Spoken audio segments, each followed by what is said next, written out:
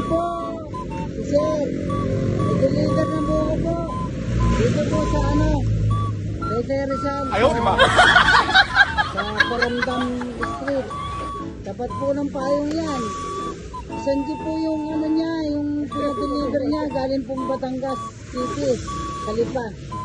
Yan po yung kanyang negosyo ngayon. Sir,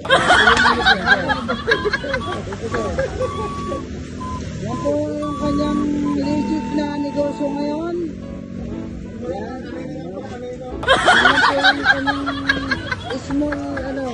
small business. Small terrible.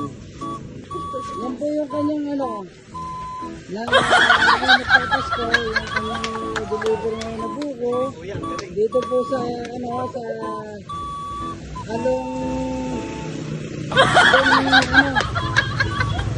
Malaya Street, tapat po ng payong Lukban. Yan po yung Lukban, yan po yung payong, yan po yung Dilim Pops, yan po yung Horay Chicken. Dito po may parisan, dito po naglagay ng buko. Marami pong buko rito, sir. Yan po, order po kayo rito ha. Kung kailangan sir, ayan si sir. Ayan, nagbuhat po ng buko. Ayan po yung pa-deliver niya ngayon. 1,500 pieces yan. Sa bagong taon, sir.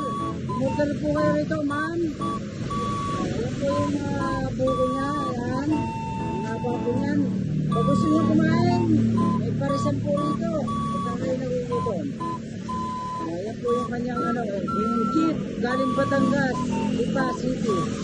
Ayan po si Sir, nagbubuhat ng buko. Yan.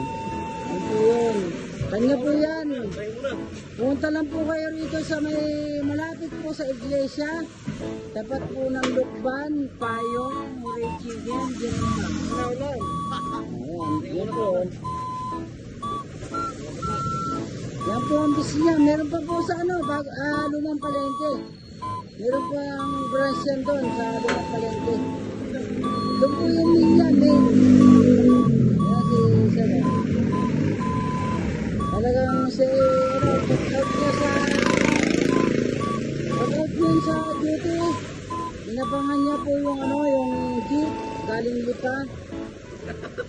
Napa-deliver po ng buko yan.